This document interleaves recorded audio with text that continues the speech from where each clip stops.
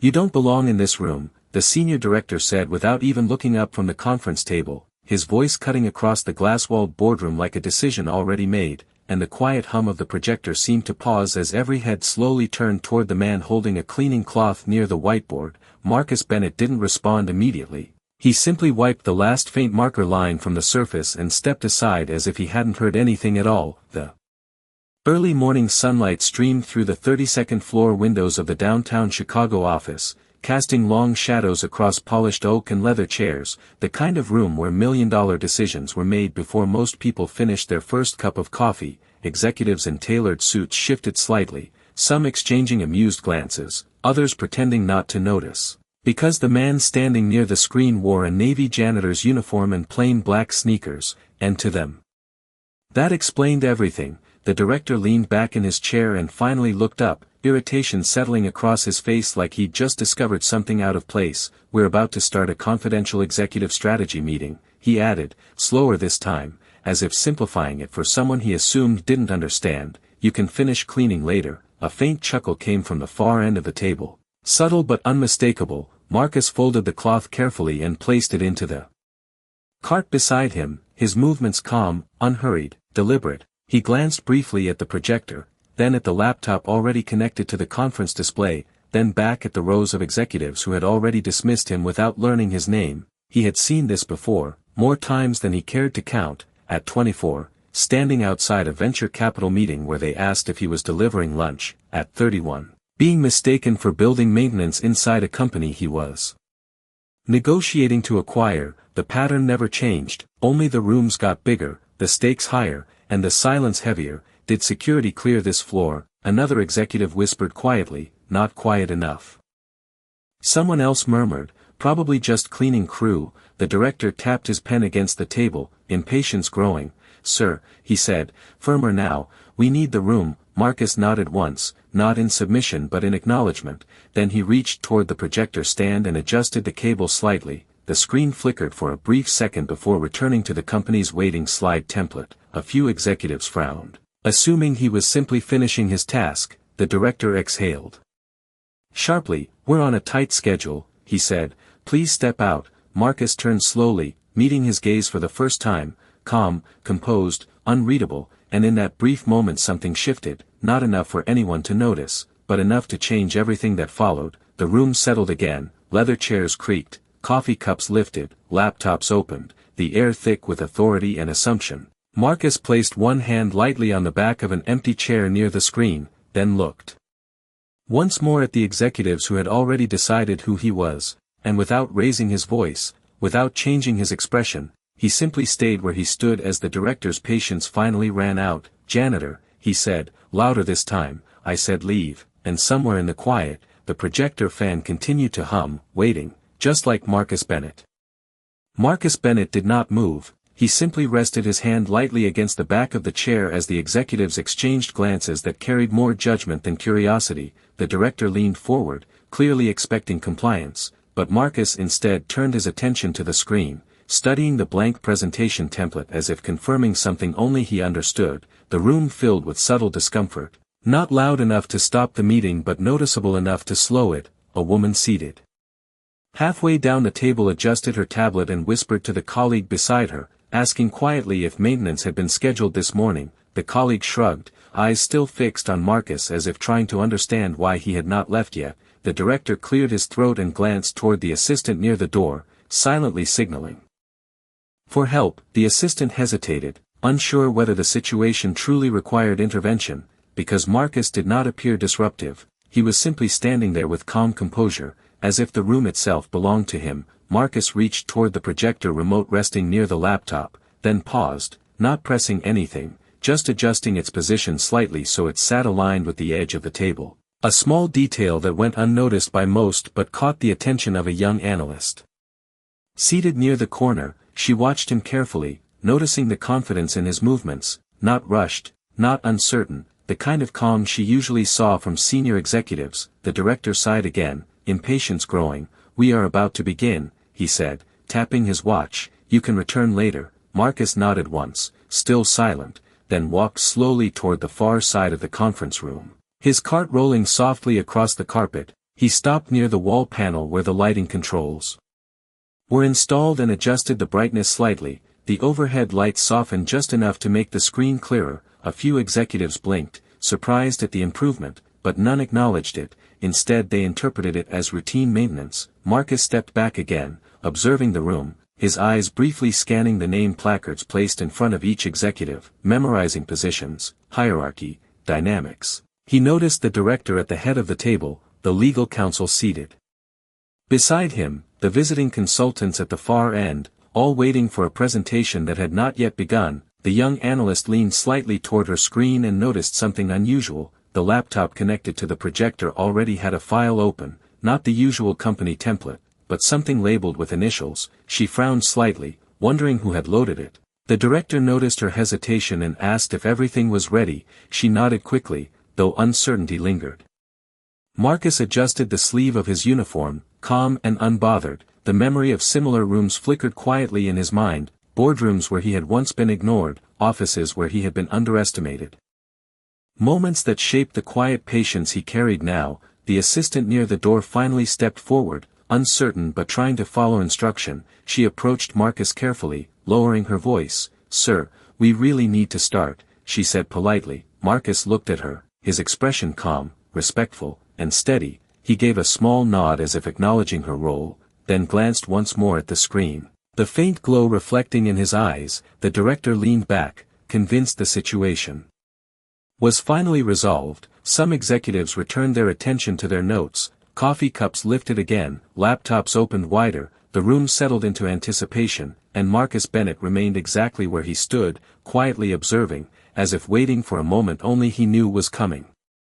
The director finally leaned forward and placed both hands on the polished table, signaling the start of the meeting, his voice firm and controlled as he welcomed everyone and thanked them for arriving early. The executives shifted in their seats and opened folders. The quiet clicking of keyboards filled the room, yet Marcus Bennett remained standing near the screen, still and composed, like a detail no one had decided how to address. The director paused mid-sentence and glanced up again, irritation creeping back into his tone. "I thought we were clear," he said, looking directly at Marcus.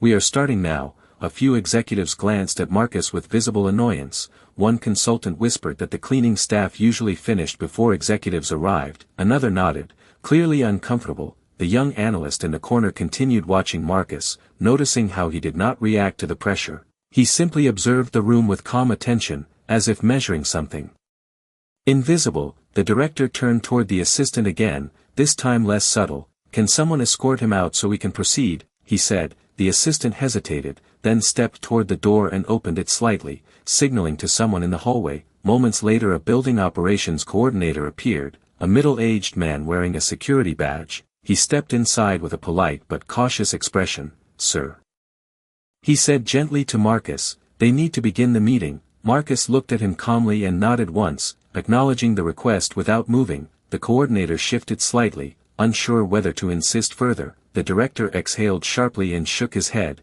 "We are losing time," he said, tapping his pen again. Marcus then reached toward the laptop connected to the projector, his fingers resting lightly near the trackpad. The young analyst leaned forward slightly, noticing the movement.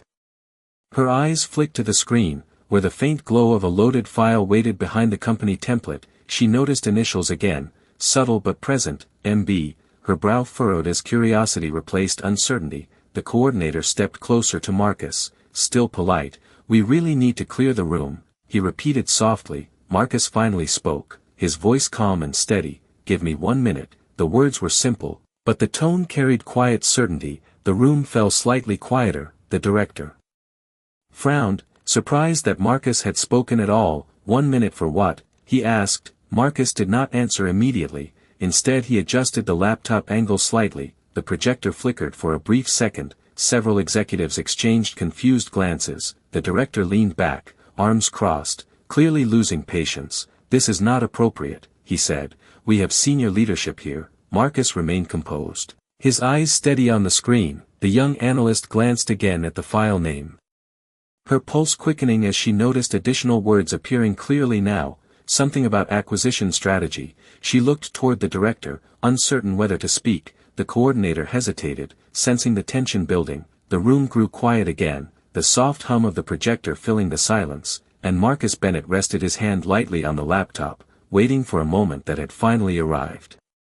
The room held its breath as Marcus Bennett gently moved the trackpad. The screen flickered once more before the blank company template disappeared, replaced by a clean white slide with a bold title that had not been prepared by anyone seated at the table. The young analyst leaned forward, her eyes widening as she read the words forming across the screen. Strategic acquisition proposal. The director straightened in his chair, confusion replacing irritation as he glanced around the room. Several executives shifted uncomfortably, assuming this was some technical mistake. The operations coordinator paused beside Marcus, unsure whether to interrupt now that the screen had changed. Marcus remained calm, his posture relaxed, his focus steady on the presentation. The director cleared his throat, attempting to regain control. "Who loaded this?" he asked sharply, looking toward the analyst. She shook her head slowly. "It was already open," she replied quietly. The room grew still, the faint hum of the projector now louder than any voice. Marcus clicked forward once, the next slide appeared smoothly, charts and projections filled the screen, detailed financial modeling,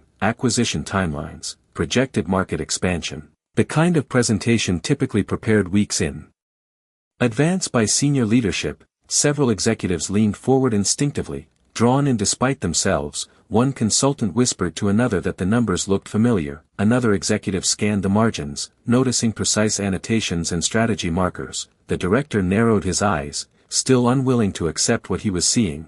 "This is not on the agenda," he said, though his voice had softened. Marcus did not respond immediately. He allowed the silence to stretch, then moved to the next slide. The young analyst felt a sudden realization settle in her chest as she noticed the initials again at the bottom corner of the presentation, MB, the same initials she had seen earlier. She looked at Marcus, then back at the screen, the connection forming quietly in her mind. The operations coordinator stepped back slightly, sensing that something significant was unfolding. The room shifted from irritation to curiosity. Executives who had moments earlier dismissed Marcus now leaned forward, reading projections, reviewing bullet points, trying to understand how this presentation had appeared without their knowledge. The director glanced toward the legal counsel, who simply shrugged. Equally uncertain, Marcus clicked forward again, revealing a slide with company logos, including their own, positioned beside another major firm. The implication was clear: this was not a routine update, this was a major strategic move. The young analyst swallowed, her voice barely above a whisper as she spoke to the colleague beside her. "This is not maintenance," she said. The colleague nodded slowly, eyes fixed on the screen. Marcus rested his hand lightly on the table, still composed, still silent, allowing the room to absorb what they were seeing. The director shifted again, no longer certain of his authority in the moment, and as the slide illuminated Marcus Bennett in the glow of the screen, the room realized the meeting had already begun, just not in the way anyone expected. The silence in the room deepened as the executive studied the slide, the earlier impatience replaced by focused attention. Marcus Bennett clicked forward again, revealing a timeline that stretched across 18 months, each milestone carefully placed, each phase labeled with projected revenue growth and operational restructuring. The director leaned forward unconsciously, drawn in despite himself. One of the consultants adjusted his glasses and scanned the numbers more carefully, whispering under his breath that the projections were aggressive but realistic. The young analyst felt her pulse quicken as she recognized internal data embedded within the charts, information that only senior leadership should have access to. She glanced at the director, expecting him to interrupt, but he remained silent, watching. Marcus moved to the next slide. A market expansion map appeared, highlighting 3 major cities, Chicago, Dallas, and Atlanta, with projected rollout schedules and staffing forecasts. The room shifted again, curiosity giving way to intrigue.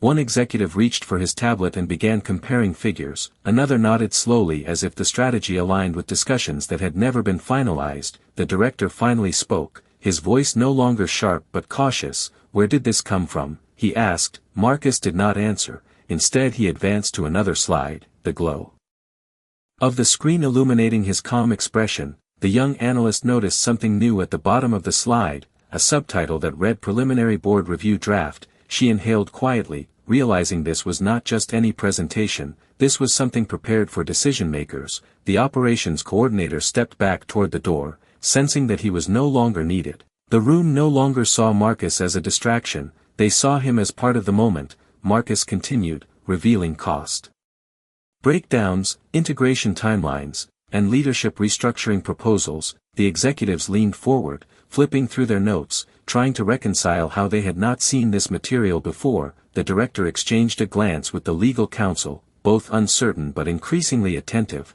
Marcus paused briefly before advancing again. The next slide displayed a bold heading, Implementation Phase 1. Beneath it appeared a list of departments, including finance, operations, and executive leadership. The young analyst felt a chill of realization as she understood the scope. This presentation assumed authority, it assumed decision-making power, it assumed approval. The director sat back slightly, no longer certain of his position in the conversation. Marcus allowed the silence to stretch once more, then moved to the next slide. The glow brightened, and the room collectively leaned forward, sensing that something larger was about to be revealed, and in that quiet moment, the man they had asked to leave stood at the center of the room, guiding a conversation that had already begun to reshape everything they thought they controlled.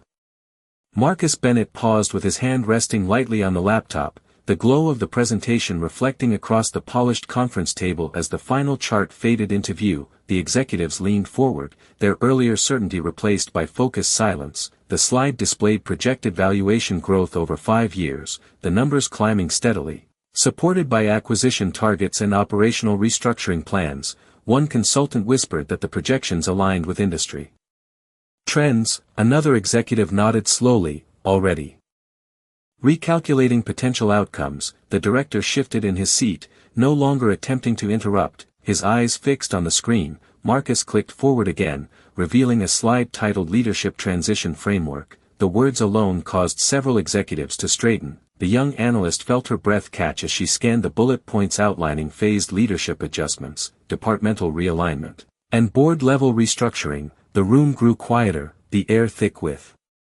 realization. This presentation assumed authority beyond the scope of any department. The director finally spoke, his voice cautious. "This is a major shift," he said. Marcus remained calm, advancing to the next slide. A timeline appeared showing 90-day benchmarks, 6-month evaluations, and 1-year performance thresholds. The executives exchanged glances, some impressed, others uneasy. The operations coordinator near the door stepped fully into the hallway, sensing that the situation had moved far beyond his role. Marcus rested his hand lightly on the table, his posture steady, allowing the room to absorb the implications. The young analyst noticed a small detail at the bottom of the slide, prepared for executive authorization. She looked again at Marcus, her earlier assumptions dissolving. The director leaned back slightly, no longer certain of his authority over the room. Marcus clicked forward once more. The next slide appeared with a bold heading, Funding Allocation. Beneath it appeared precise capital distribution plans, investment tiers, and projected returns. One executive murmured that this level of detail required months of preparation. Another began taking notes. Marcus remained silent, guiding the room through each reveal without raising his voice. The glow of the screen illuminated his calm expression. The executives who had dismissed him now watched carefully, their attention fully captured. Marcus advanced again, the slide shifted to strategic oversight, displaying a single line beneath the heading, Final Authorization Pending Presenter Approval. The room fell completely still. The director leaned forward again, uncertainty visible in his posture. The young analyst felt the realization settle deeper. The presentation was not simply informative, it required a decision, and in that moment, Marcus Bennett stood quietly at the center of the room, holding the authority that no one had yet fully understood. The silence stretched across the conference room as the final line remained on the screen, Final Authorization Pending Presenter Approval. The words seemed to settle into the air like a decision already waiting to be made. The director leaned forward slowly, his earlier confidence replaced by uncertainty. Several executives exchanged glances, each trying to determine who exactly held the authority implied by the slide. The young analyst watched Marcus Bennett closely, noticing how he did not rush, did not explain, did not seek attention. He simply allowed the moment to unfold. Marcus reached toward the trackpad and clicked once more. The slide transitioned smoothly, and the next screen appeared with a single centered line, presented by. The room leaned forward almost collectively. The director narrowed his eyes, the legal counsel adjusted his glasses, the glow from the projector reflected across the table. Then the name appeared beneath the heading, Marcus Bennett. The room froze.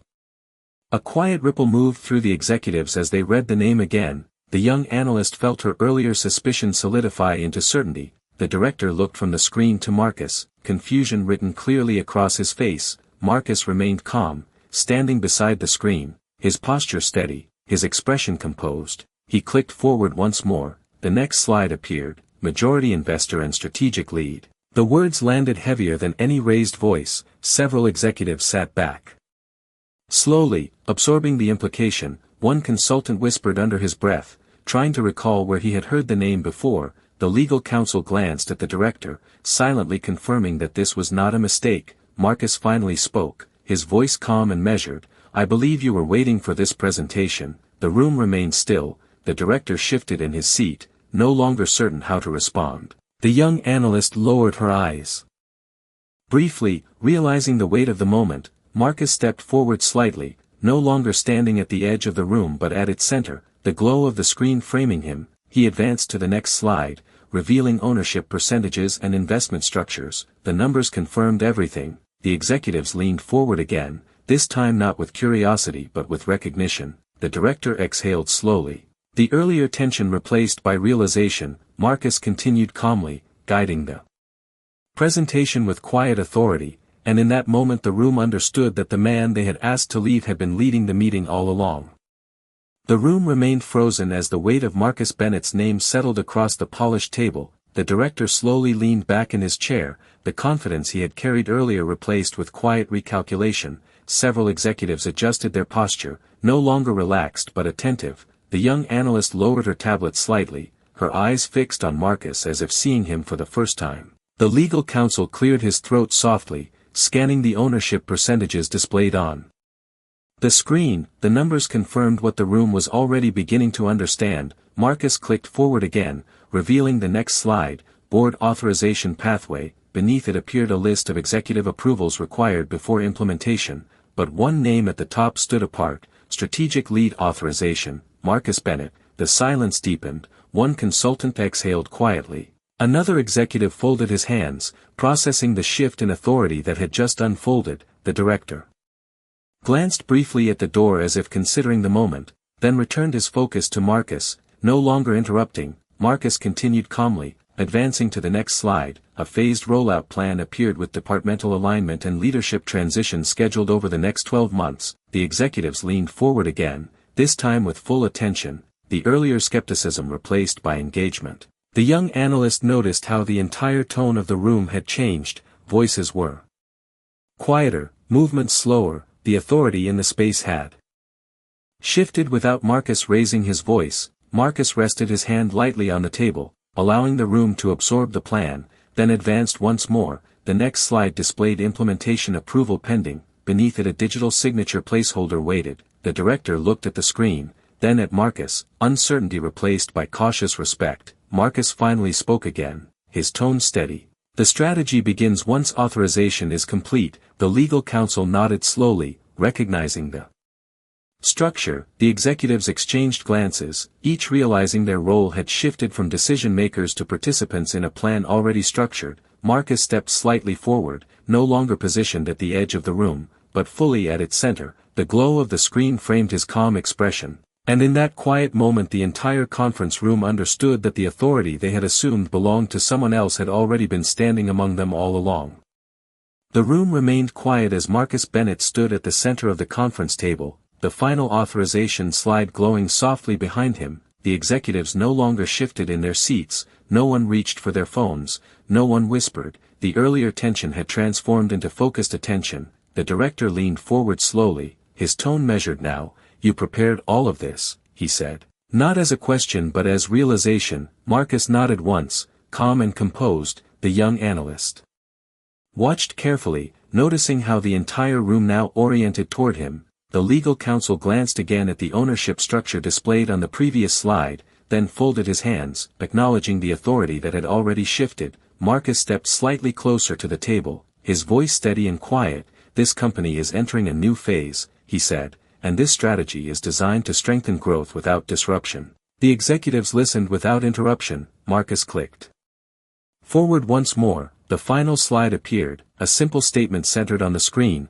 implementation begins upon approval. Beneath it the signature placeholder remained, waiting. The director exhaled slowly, then nodded. You have my support, he said. The legal counsel followed with a quiet agreement. One by one the executives nodded, not dramatically, but with measured acceptance. The young analyst felt the weight of the moment, realizing she was witnessing a turning point. Marcus rested his hand lightly on the laptop, acknowledging the approval without ceremony. He clicked once more, saving the presentation. The screen faded to black. The glow disappeared, and the room seemed to breathe again. The director cleared his throat softly, his earlier tone replaced by respect. Marcus, he said, we should schedule the next session. Marcus gave a small nod. We will, he replied calmly. The executives began gathering their notes, but their movements were slower, thoughtful. The perception of the morning had shifted completely. Marcus stepped back from the screen, the calm confidence still present. The young analyst watched as he reached for the cleaning cloth resting on his cart.